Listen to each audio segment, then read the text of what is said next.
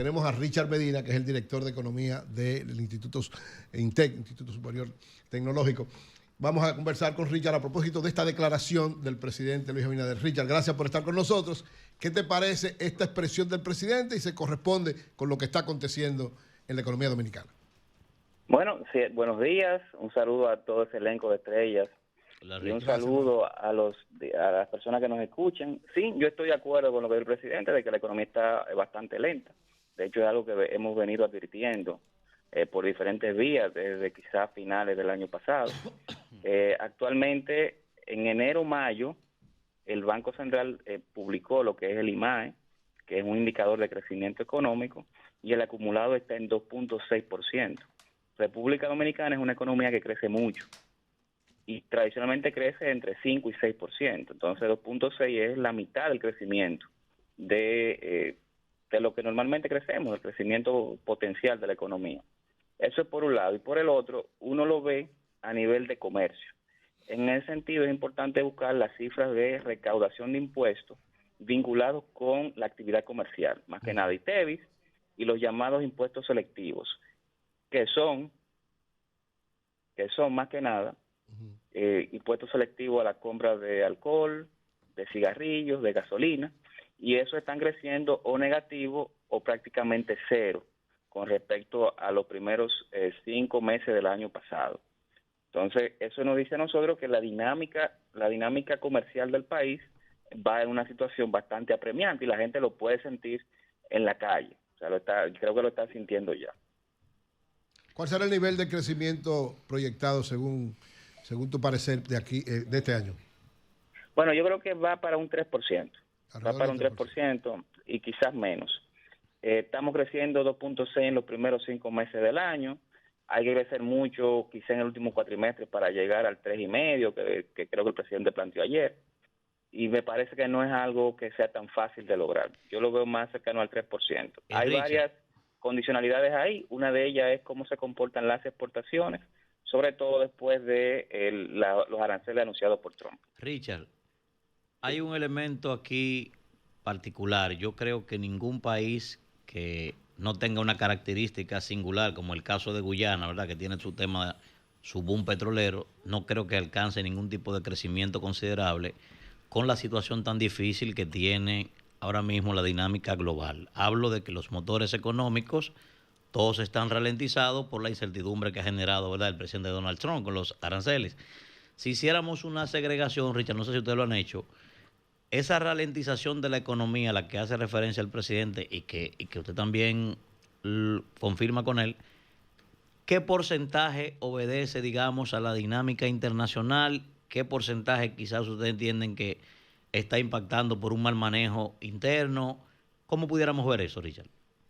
Mira, creo que no se ha hecho ese análisis todavía, y más que nada porque los aranceles de Donald Trump fueron anunciados para para empezar el 9 de abril, recuerdo. Por lo tanto, ha pasado poco tiempo para ver sus efectos en la economía, en el sector real. Ahora bien, la desaceleración económica dominicana viene desde el año pasado. O sea que yo diría que mayoritariamente es por factores internos lo que está sucediendo en República Dominicana. Y cito 3 muy breves. Primero, las altas tasas de interés de la economía dominicana. Eso es consecuencia de que en Estados Unidos las tasas de interés siguen altas. Si allá siguen altas, para nosotros no tener un problema de aumento del precio del dólar, el Banco Central tiene que mantener tasas de interés altas en República Dominicana, de manera que los pesos que hay aquí no se vayan a comprar dólares, sino que se queden invertidos en activos en pesos. Segunda razón, yo creo que fue el manejo que se le dio a la reforma fiscal. Las elecciones pasaron en mayo del año pasado, a partir de ahí vino rumores de que había una reforma muy agresiva, muy agresiva. Cuando eso sucede, el sector privado y los hogares, pues, se recogen y dicen, vamos a pausar, si vamos a hacer una nueva planta, vamos a pausar eso hasta tanto tengamos certeza de qué va a pasar en enero. Como la discusión o los rumores de la reforma duraron tanto tiempo, o sea, se sometió el anteproyecto en octubre, pues eso fue un tiempo de virtual parálisis del aparato productivo dominicano. Y el tercer elemento, que no me parece menor, es que el gobierno este año está realizando gasto de capital de manera muy baja. De hecho, está proyectado a ser el año en que menos gasto de capital se ejecute desde al menos 1990. Eso tiene unas razones fiscales, en el sentido de que no hay tantos recursos y de que el gobierno ha priorizado los últimos 3 años un aumento importante del gasto corriente, que es gasto en nómina, en pensiones y gasto en pago de intereses de la deuda. Entonces yo creo que esos 3 elementos son los que están afectando realmente la dinámica económica dominicana. El efecto de los aranceles ya es algo posterior. Como dije, creo que hay que esperar quizá a final del año para ver qué pasó, porque los aranceles se anunciaron una cosa, luego se dio para atrás. Y también la economía americana no se ha desacelerado de manera importante, al menos en la creación de empleo. Entonces, hay una serie de cosas que están pasando ahí que yo creo que hay que dejar desarrollar antes de uno decir, bueno, la mitad de la situación dominicana se debe a esos factores. Como economista, Richard, ¿cuál es tu posición en torno a las objeciones que se han hecho a la ley de residuos sólidos? Por un lado, pequeñas, medianas y grandes empresas que han protestado por la gran cantidad de dinero que tendrán que pagar para financiar la actividad de las empresas recolectoras, recicladoras y demás. Y por otro lado, los que critican que no se tocó el tema de los plásticos, que de un solo uso, que desde el 2020 esto debió irse reduciendo gradualmente hasta eliminarse, no se hizo y ahora tampoco. Y por aquello de la economía circular, pues muchos aspiran a que esto se reduzca hasta eliminarlo. ¿Cuál es tu posición como economista? Mire, yo originalmente estaba en contra de la propuesta de modificación de la ley 225-20, que es la original de residuos sólidos. Más que nada porque entendía que era una ley bastante nueva, no ha madurado y ha permitido que se genere un ecosistema de empresas, de individuos, de microempresas que están trabajando los temas de economía circular en diferentes puntos de la cadena. Hay gente haciendo reciclaje, hay gente valorizando residuos, hay gente recolectando residuos en la calle. O sea, hay un ecosistema que está naciendo. Ya tenemos la propuesta de modificación. La original yo la critiqué, la primera que salió. Escribí un artículo incluso en el Listín Diario sobre eso, planteando, entre otras cosas, que la carga de la contribución especial para las empresas, en especial para las MIPYMES, era muy onerosa.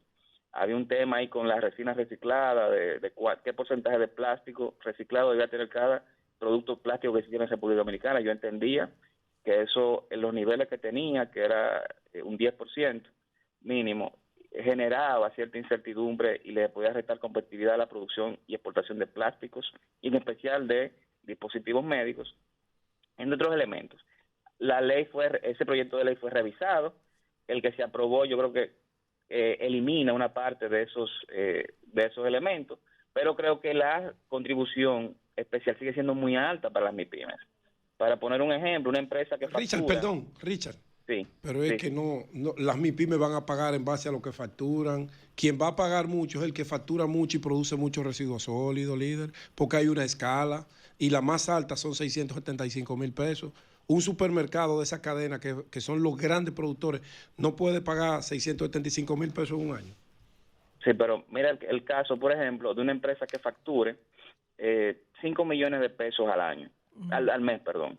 Facture, no que tenga beneficio. Son 60 al mes. Son 60 millones. ¿Estamos hablando de la ganancia o de la facturación? No, Facturación de ingresos. Exacto. En la ley actual, la 225-20, paga 90,000.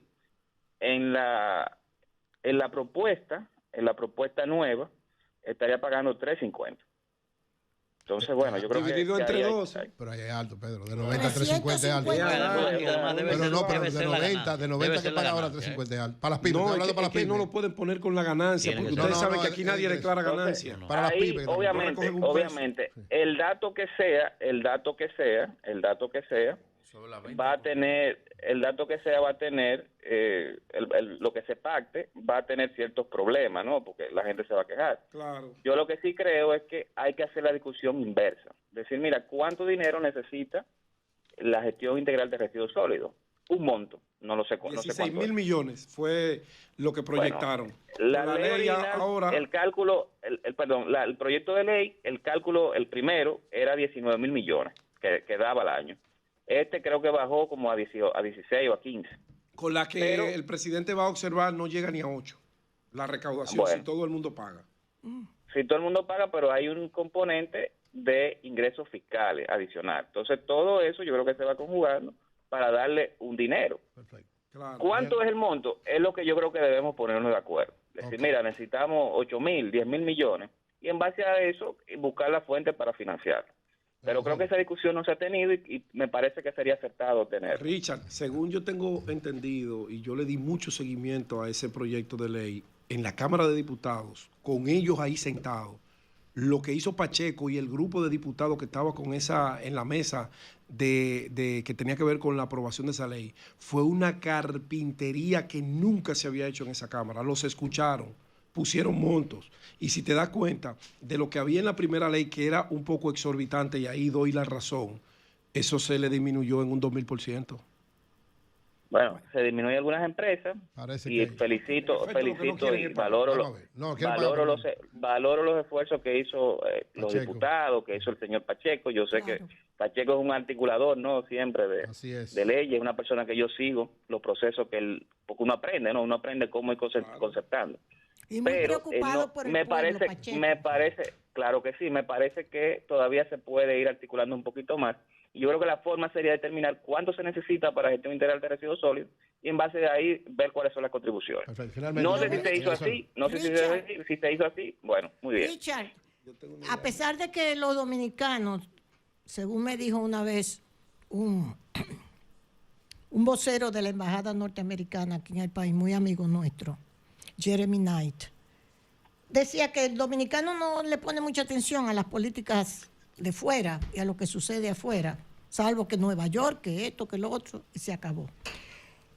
¿Cuál es el problema ahora con todo este acuerdo que ha hecho Trump con la Unión Europea, que dice la prensa en sentido general que diversos líderes europeos reprochan el acuerdo sobre aranceles del 15% con Estados Unidos? ¿Ya tú tienes una visión de esto? Mire, yo tengo una visión inicial.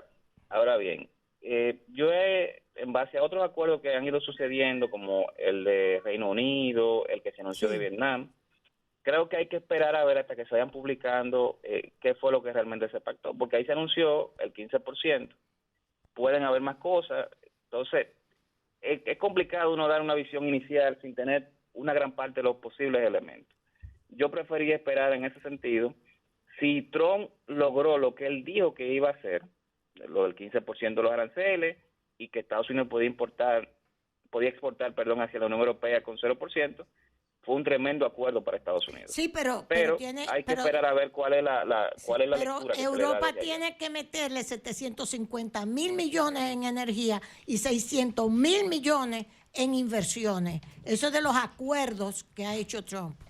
Yo lo que quiero decir, tendrían los europeos, muchos de estos europeos, razón en estar disgustados. Bueno, no me parece. O sea, el flujo de inversión de Europa a Estados Unidos siempre ha sido constante y positivo. Ya. Entonces, bueno, eso se marcaría en esa tesitura. Yo creo que el punto de mayor conflicto puede ser el tema del 15% de aranceles de bienes europeos hacia Estados Unidos, y que se anunció, no he visto la letra pequeña, del 0% de aranceles de Estados Unidos a Europa. Yo creo que hay que esperar, pero por ejemplo el tema de los combustibles que acordaron comprarle a Estados Unidos, ya es algo que ha ido pasando, más que nada con el gas natural licuado, que va de Estados Unidos a Europa luego de la crisis que hubo entre Ucrania y Rusia. Entonces, son varias aristas, ¿no? Okay. Y hay que esperar, diría yo, la letra pequeña para ver cuál es la situación en la práctica que se va a dar entre ellos. Gracias, Richard. Muy bien, gracias a Richard Medina, director de Economía de Intet. Gracias, hermano.